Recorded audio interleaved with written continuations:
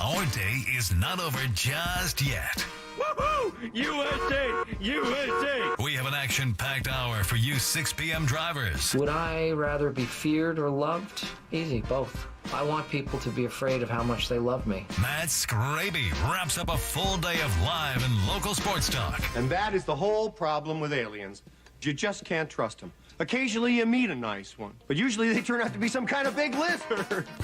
The Skraby Show starts now on 97.3 The Fan.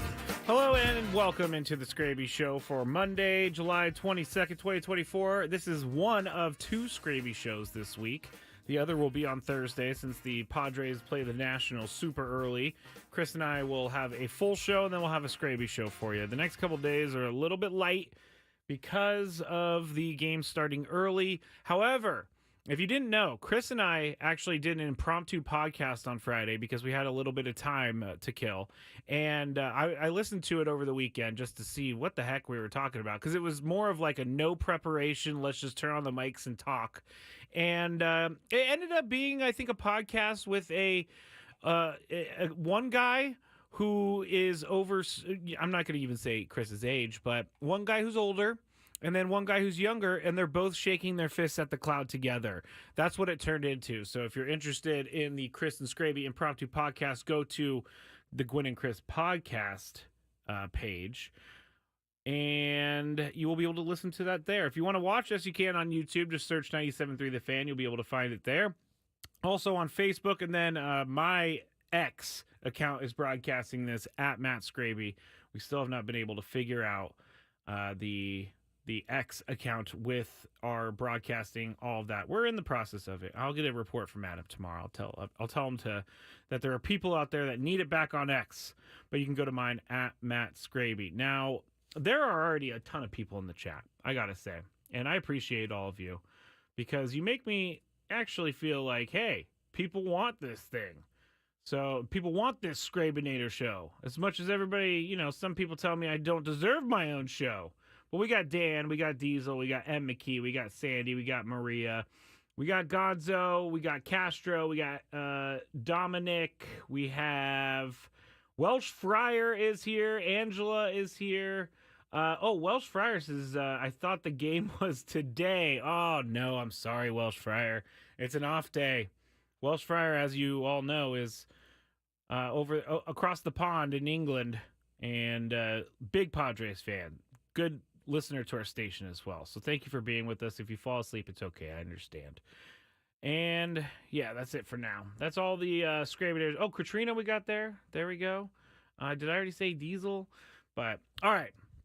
If you missed it last week, I also announced that there's a Skrabinator Game 2 that has been picked out and everything. So if you go to 973thefansd.com and you go to the top of the page, you go to contests, you'll be able to see it there and sign up there.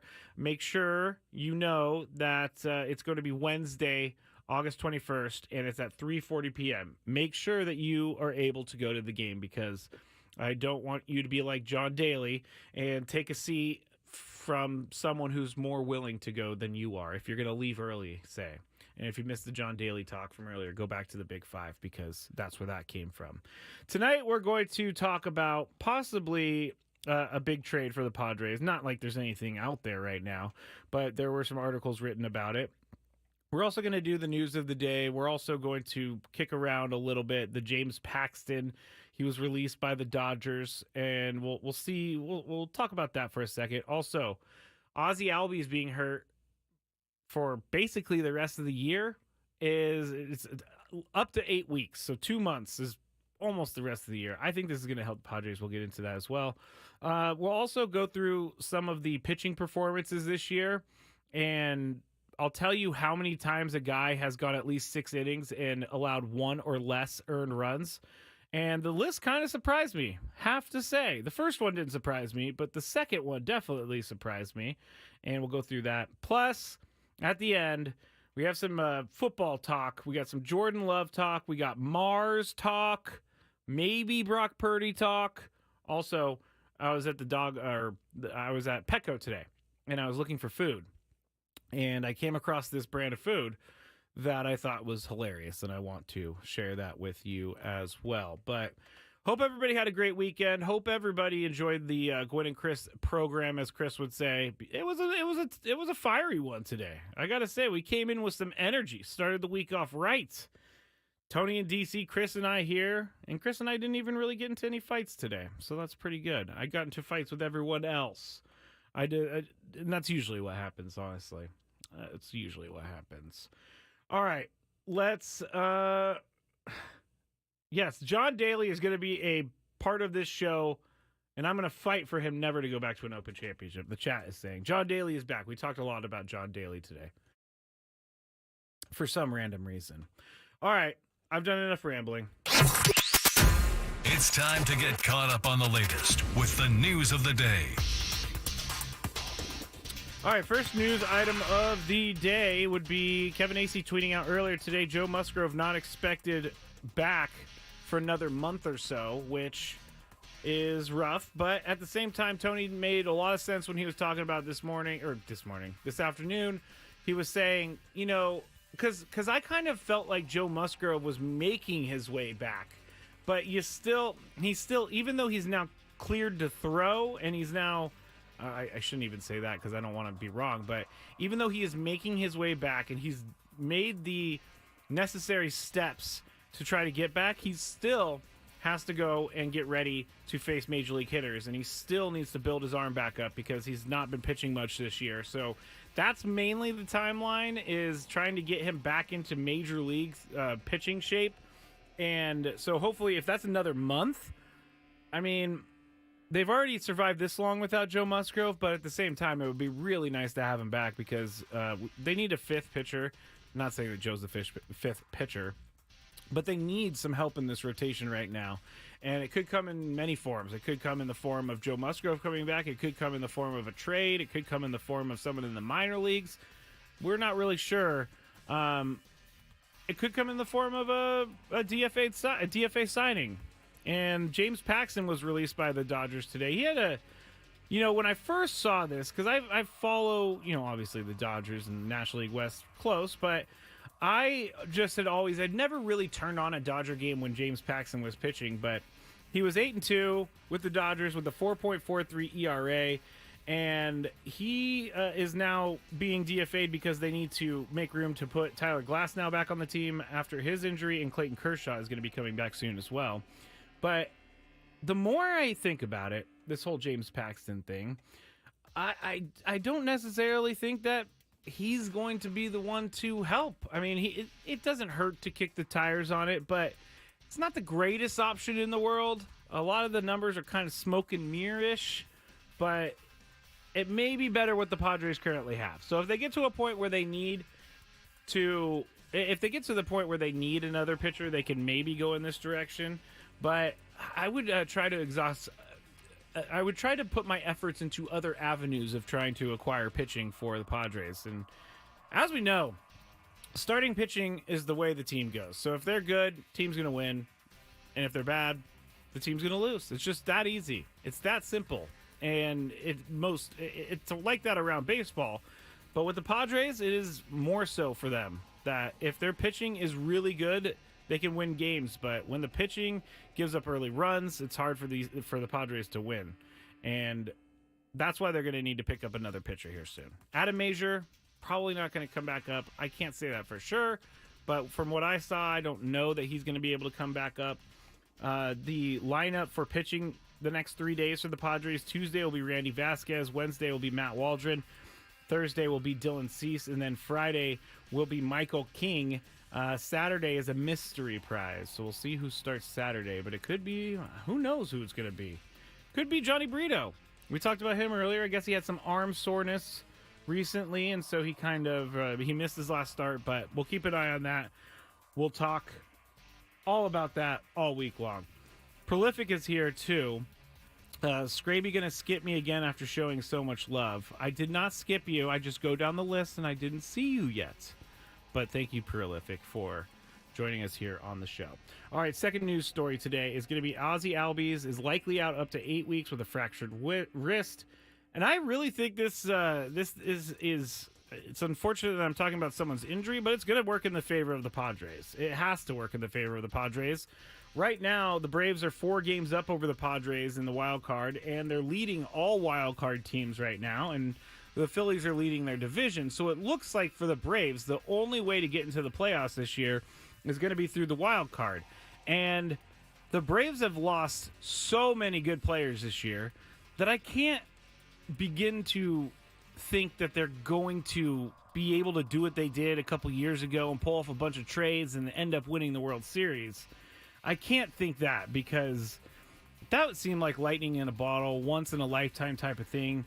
They've lost Ronald Acuna Jr. They've lost Ozzie Albies now. They lost Spencer Strider earlier in the year. They also lost Max Fried went on the IL today. So I think the Braves are going to be fading out over the next couple months. We'll see. Obviously, the Braves are a good team, but those are superstars that are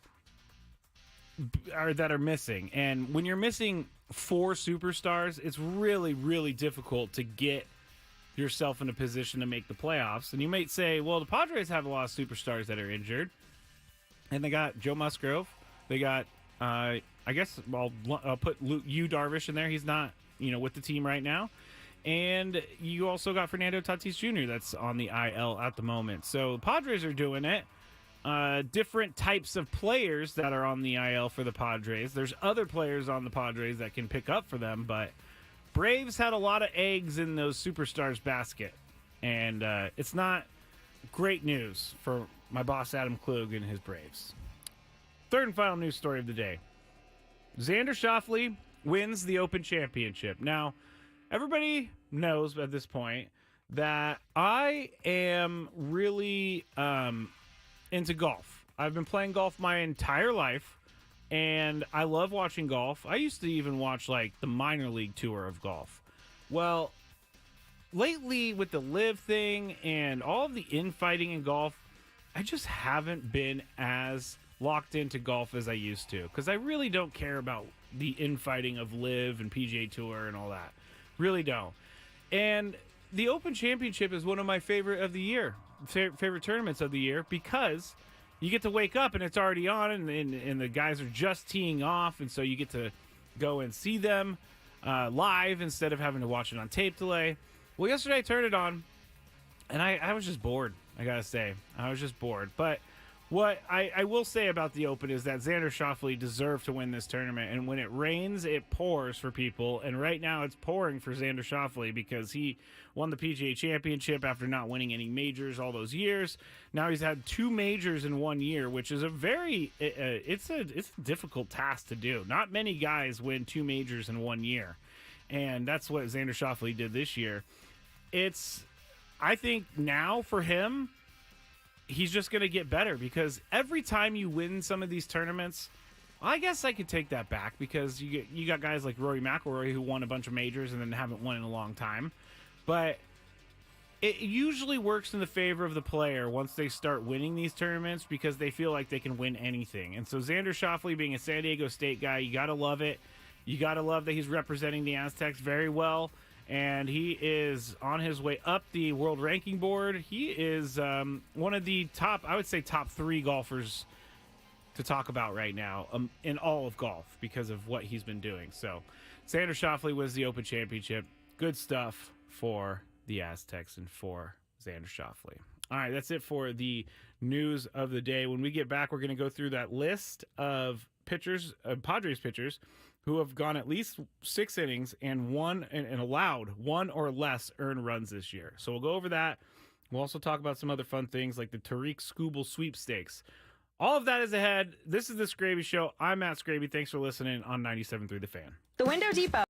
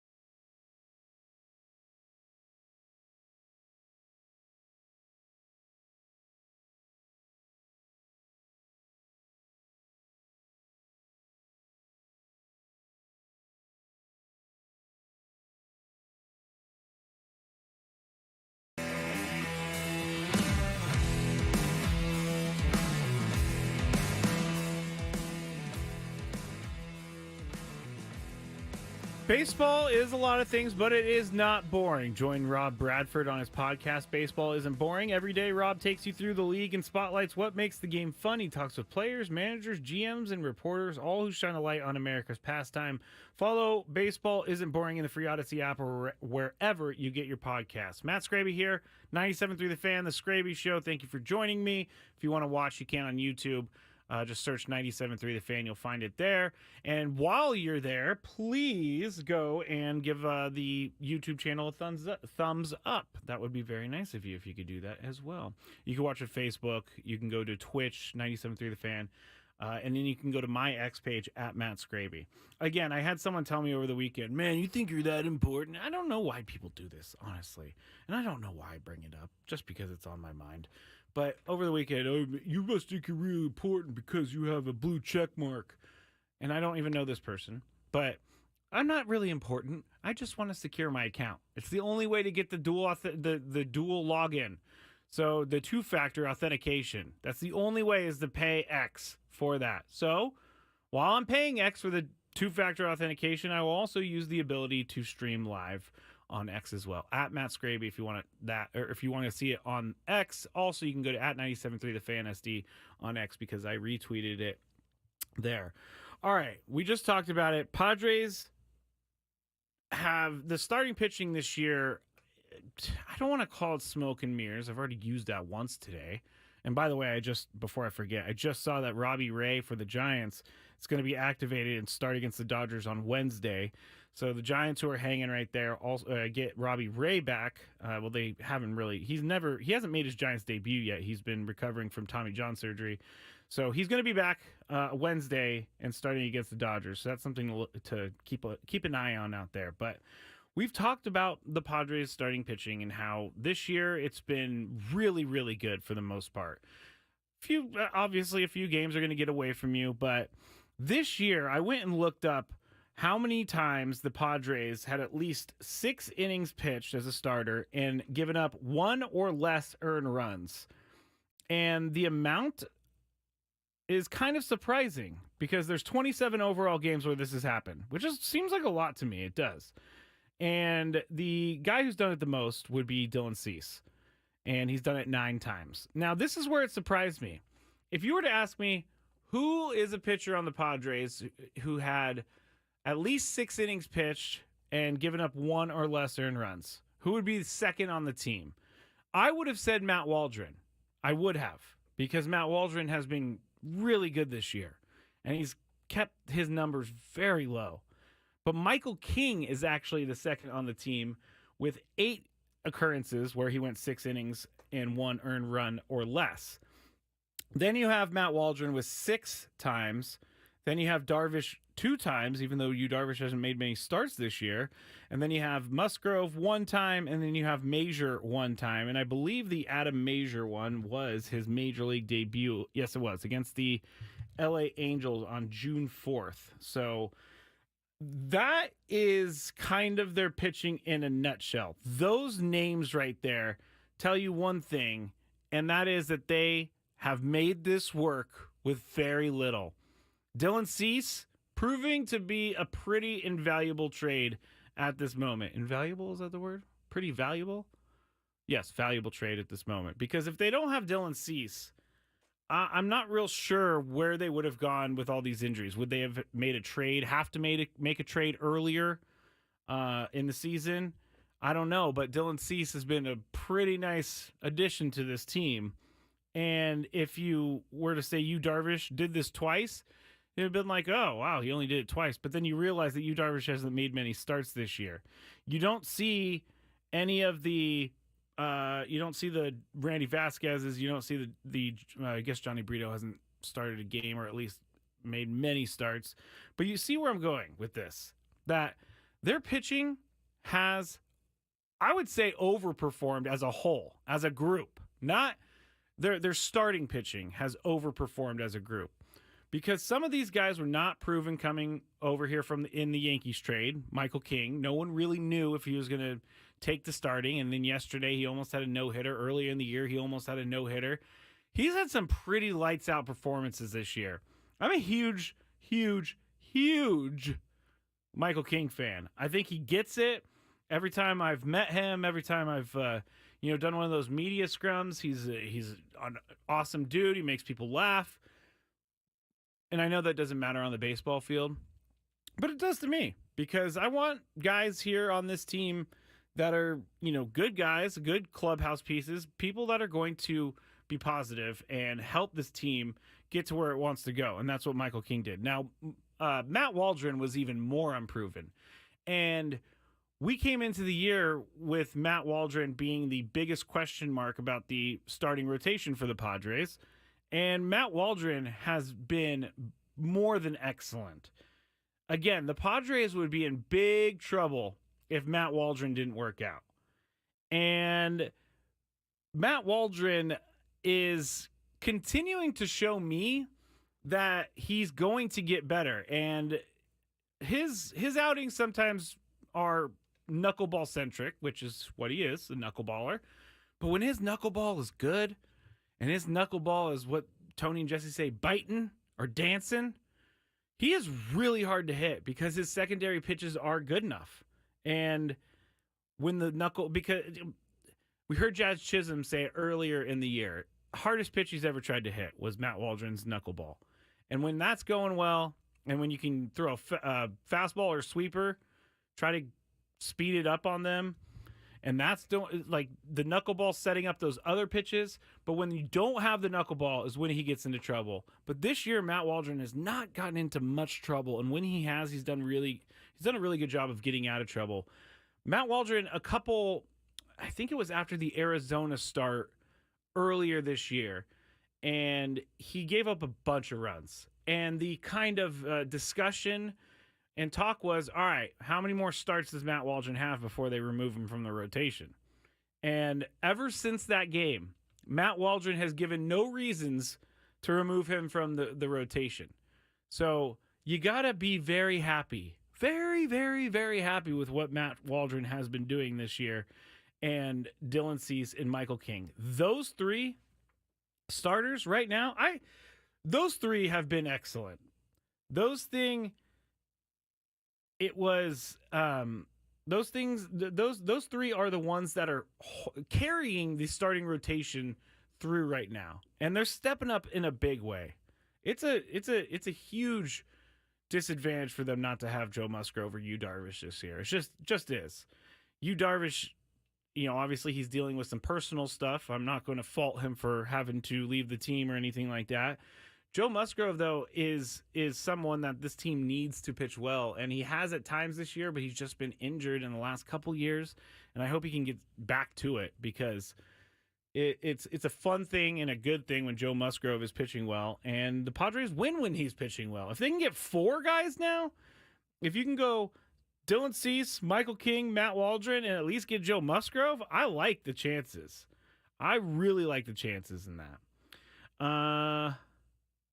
I'm looking at the chat is going crazy right now, but I'm not sure why. So I'm looking through. Anyway, Skraby haters, I saw. That is pretty funny. Oh, Trevor's making a joke. Do they play golf on their off days with Joe? That's a funny joke, Trevor. I get it. I do. I don't think that he's playing golf on his off days. I'll just say that before we move on to the Tariq Skubal sweepstakes. So we're talking about finding starting pitching, and RJ Anderson wrote that article earlier from CBS Sports saying the Padres are the fifth. Oh my gosh, I can't remember how to say this. I struggled mightily earlier. Here's the title of the article. Tariq Skubal landing spots, ranking all 30 teams by likelihood of acquiring the Tiger pitcher. That's way better than what I said.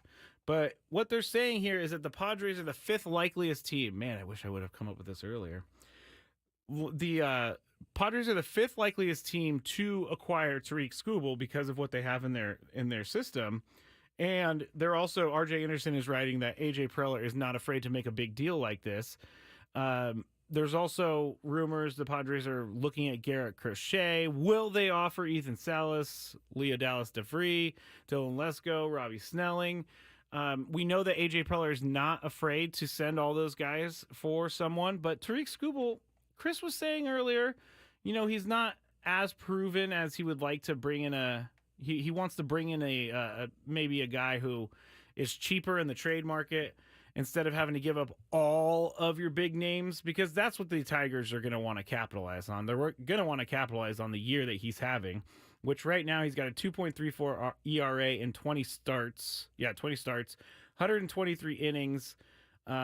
He has a whip of .92. So he's having an incredible year. I've looked through his career log or his career stats, and one thing that I do like about Tariq Skubal is one thing I look for when I'm looking at these guys, trying to see, will they be a good Padre? It's not me looking and seeing what his arm angle is or anything like that. It's just simply looking at his stats and seeing if they get better as they go along in their career. And that's exactly what Tariq Skubal has done. He's gotten better. So in 2020, he started 8 games. He had a 5.63 ERA. He was that was his rookie year. So, not a good year. Very hard year to start anyway. Tariq Skubal, 2020, having to do all that COVID stuff. But then in 2021, he went 8-12, started 29 games, 4.43 or 3.4 ERA. So it's getting better, and he started a ton of games. 2022, it looked like he maybe he missed some time with injury. 21 games started. He went 7-8, 3.52 ERA, so almost a full run below. Obviously, not as many starts. But you look at 2023, and here he did have a left arm fatigue problem last year, and so they put him on the 60-day IL. That's why he didn't finish the season. But he went 7-3. He started 15 games, and he had a 2.80 ERA. So each year, 2020 to 2024, his ERA has gotten better. I like that about Tariq Skubal. Actually, his ERA or his WHIP was better last year at .90. This year it's .92. But am I willing to give up Ethan Salas, Leo Dallas, DeVry, Dylan Lesko, and Robbie Snelling? Possibly. And the reason why is because of his contract situation.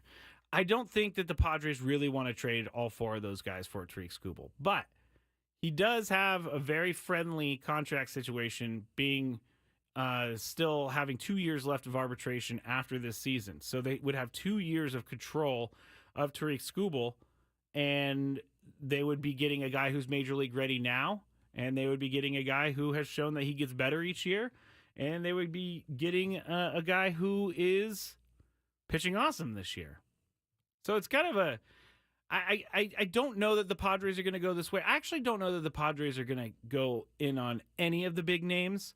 I think they're going to try to be creative, and I think they're going to try to bring in guys that fit the one piece that they need that guy to fit into. And I'm not sure we're going to see Tariq Skubal in a Padres uniform. Not sure if we're going to see Garrett Crochet in a Padres uniform. But if you put those two guys up against each other, Tariq Skubal or Garrett Crochet, I would much rather have Tariq Skubal if you're going to give me the choice, mainly because he's proven more at the major league level, and he's not at an innings limit right now. And Garrett Crochet, he's on my fantasy team. Last week or the last start he made, I think it was before the All-Star break, he went 2 innings. And it wasn't like because he was bad or anything. They're just trying to save the guy's arm. So if they're already trying to save the guy's arm, I don't know what the Padres are going to do with him down the stretch. He seems like something that I would stay away from.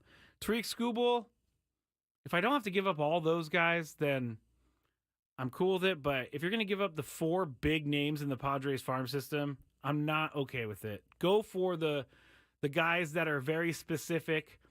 Target guys that are going to fit the need that you would like to fill on this team, and target guys that are just going to help. They don't need to be superstars. They don't need to be huge names, all-stars. They just need to be guys that are able to do their job and do it well and do it consistently. And I think that's where the Padres are going to go in the trade direction. But who knows? I mean, I didn't think they were going to get Juan Soto. Didn't even think they're going to sign Manny Machado back in the day. And they keep proving me wrong. So I am, cautiously optimistic about this trade deadline, which happens in 8 days is the deadline, July 30th. So there you go. That's my Tariq Skubal and the Padres pitching breakdown. Hope everybody enjoyed it. When we get back,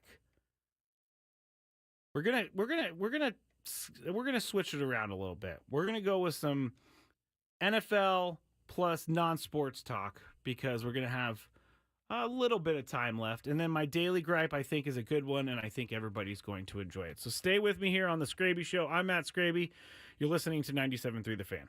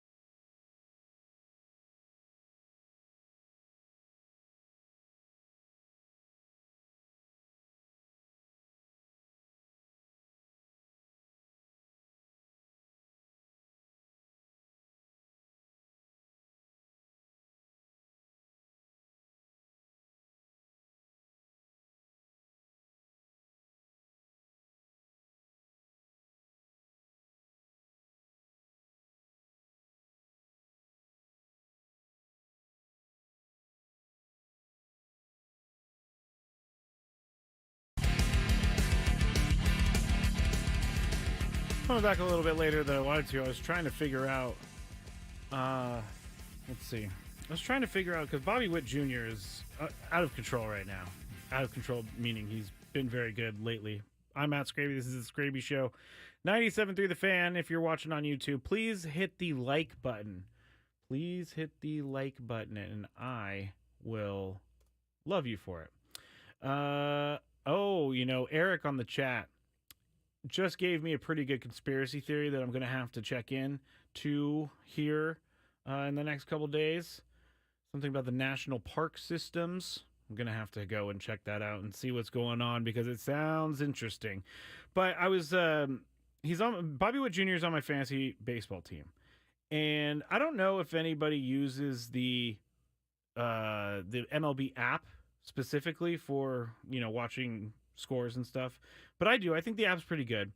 The one complaint I have about the app is that when you go to the scores section, it's incredibly hard sometimes to find your game. I just cannot find it at certain points, and that's what I was doing. I was like going up and down the list trying to find the Royals because they're playing the Diamondbacks. So this is National League West related, everyone. But right now the Diamondbacks are losing to the Royals 9-3. Bobby Witt Jr. is now getting to his stats. Is now 3 for 3 on the day with 3 RBIs, 2 runs, a home run. He's hitting .342 on the season with a .980 OPS. So Bobby Witt Jr. is legit. Started the game with a triple. Ooh, he has a triple. Oh man, he needs a single. He might be able to go for the cycle. I'm looking at this right now. He's got a double. He's got a triple. He's got a homer.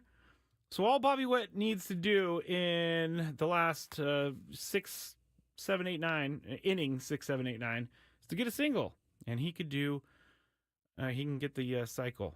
Yes, I'm very excited about a Kansas City Royal getting a cycle, mainly because he's on my fantasy team. But anyway, glad that the Padres don't have to face them anymore because the Royals are pretty good. Rockies right now are beating the Red Sox 4-0, so Red Sox struggling. Padres took care of business in Boston. Some of the other games just started, but White Sox and Rangers are tied. The Reds are up on the Braves 4-0. See, this is what I'm talking about, everybody. The Braves only have 3 hits today. And the Reds, they have a good team, but they're not necessarily going to be shutting you out every single night. Who was their pitcher that started the game for the Reds? That would be Hunter Green. Hunter Green went 7 innings, struck out 7, only gave up 2 hits and walked 3. So he had a really, really nice day. Fernando Cruz, we talked about him earlier. He went an inning and he had a strikeout, didn't give up any hits or runs or anything like that. But yeah, so those are some of the things that we're looking at with the Braves. Now that they have major injuries happening, it just seems like they're going to fall slowly from the wild card, the top of the wild card. Well, Steve said, long-time listener, first-time YouTuber on this channel, hoping to go to number 2 Skrabe Fest at Petco. Ooh, Skrabe Fest. I like that. That's kind of funny. Skrabe Fest. That's good stuff. Thank you for listening, Steve. Thank you to everybody for being so nice. Seriously. You guys make things a lot easier for me. All right, I'm going to stop being cheesy now, and we're going to go into some of the NFL talk real quick, and then we got our daily gripe. I'm not going to talk about Brock Purdy. Just not going to do it. Now, the Packers, on the other hand, I think, are doing it all wrong with the quarterback. And it occurred to me randomly over the weekend that finding a franchise quarterback is a lot different than it was years and years and years ago because of the way rookie deals are now structured, meaning it's pretty much laid out for them. The 4th and 5th year is when you get money. 5th year is where you get your most money.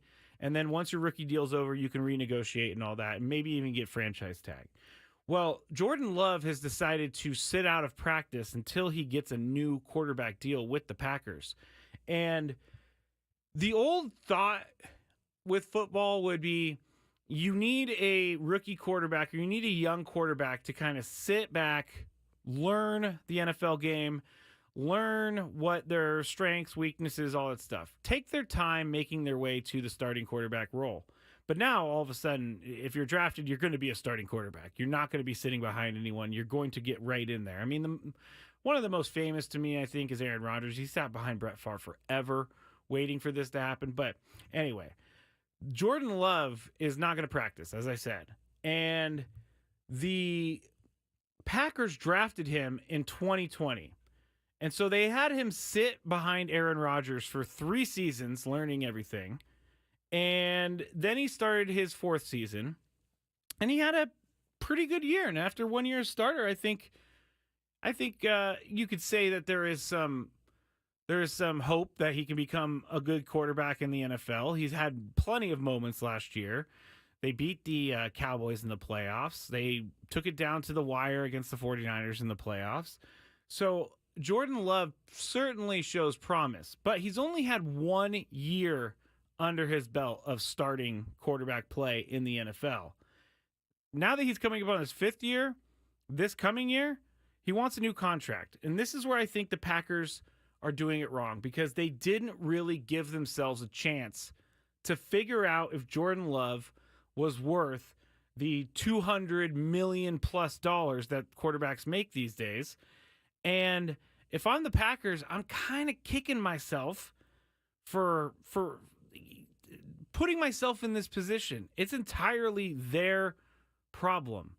And it's entirely a problem that they created because they had him sit behind Aaron Rodgers for so long. Now they're going to have to sign a guy. It's kind of like where the Dolphins are at with Tua. Even though Dolphins have way more time with Tua as the starter than with Jordan Love and the Packers do. So the Packers have it a little bit worse because you know what you're getting with Tua. But Tua wants that big money because he's a starting quarterback in the NFL. The Packers are going to be forced to pay Jordan Love huge money because because they just don't. They're going to be forced to pay him huge money because they can't afford to start over at the quarterback position, but they are going to have to make sure to keep Jordan Love, and that means to pay him lots of money. Wow, it took me meandering around to figure out where I wanted to go with that. But the Packers are going to lock themselves into something that they're probably unsure of. And it's kind of like when I was in college and I was dating this girl, and she was cool and everything. And I just want to, I don't know. I'm not a good dater or relationship person, but I really didn't think it was going to work out. But I didn't really want to break up with her because, it was cool to have someone to hang out with, whatever. But she wanted more. She wanted to be official. She wanted all this other stuff. And I wasn't willing to make that step to go official because I felt like I didn't have enough information on this person to make that decision to go official. And in a weird roundabout way, that's what the Packers are doing here. They just don't have the information. Now, they may think that they found a franchise quarterback. They may think that. And they may have, because again, I do like Jordan Love. I think he showed last year he could play. But is he $250 million worth good? I don't think so. And he's going to get it, and the Packers are going to be on the hook for it. So that's not, the sitting behind the starter and learning as a rookie quarterback or second-year quarterback is just no longer a thing anymore. There's a timeline now. I got to figure out whether or not you're going to be our guy. Do we need to go back and draft someone new? Do we need to start over? Do we need to pay you big money? And that's what the Packers are facing right now. All right, I want to tell you this real quick, too. So I was buying dog food today, and I don't know if anybody has ever seen this before, but I was going through the dog food aisle, and I usually get my guy Lucky salmon and rice. His stomach is very sensitive. We started with chicken. He didn't like it, so we went to salmon and rice. But I was going through, and there was 2 bags that looked exactly the same. 2 bags that looked exactly the same. So I was reading them, because usually I just pick up the first bag I see, and then I go with it. But I was reading them, and one of the bags, same brand, same formula, had the note on the bottom of it that it's for athletic dogs. And I thought, athletic dogs? I guess all dogs are kind of athletic, but why would you make special food for athletic dogs? I don't get it. I mean, dogs run around all the time. It's not like they're Usain Bolt of dogs. They make special formulations for quote-unquote athletic dogs. And maybe this isn't a big deal to you, but it took me by surprise. I did not expect to see an athletic dog food on the shelves. I just didn't expect it. Let's see. Katrina's literally buying salmon dog food right now. Salmon is the way to go, I think.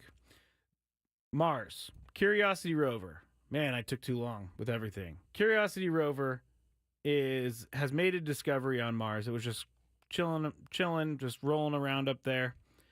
And it broke a rock open. And guess what came out, everybody? This is not going to be as good because I don't have the time to set it up. I was going to do something different.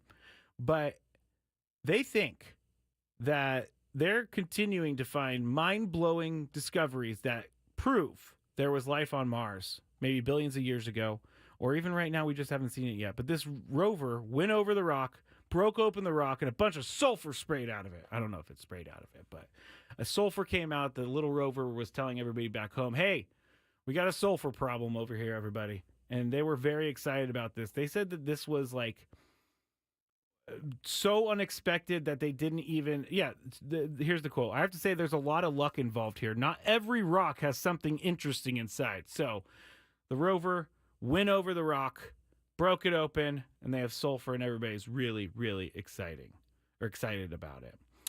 Gonzo says the Mars Canyon. Yes, it is in the canyon where they think water flowed billions of years ago. What's annoying Skraby today? Let's find out. It's time for the Daily Gripe.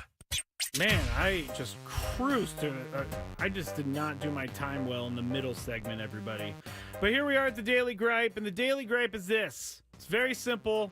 People who don't silence notifications are having a text conversation or email conversation, and all you hear is the of them sending it off, and all you hear is the ding when they get a new text. I cannot stand it. My phone is always on silent. I promise you, always on silent. Always, always, always. Number one, I don't like when I know people are trying to get a hold of me because it gives me anxiety. Number two, I don't want it to go off during the show because that would be unfortunate as well. Number three, there is no number three actually, but the first two were legit. I just can't stand it when people are having their whole conversation. Ding, ding, ding, ding, ding, ding, ding, ding. That's me. That's me doing the little send sound effect. Really annoying. All right, thank you to everybody for joining us today. Padres back in action tomorrow. Chris and I will be back with you and Tony at 2 p.m. Thank you to everybody for listening to the Skraby Show. Thank you to everybody for staying with 97.3 The Fan today. Back with you tomorrow. Ben and Woods start the day, 6 a.m. Annie and Elston, 10 a.m. And then Gwen and Chris, 2 p.m. Have a good night, everybody.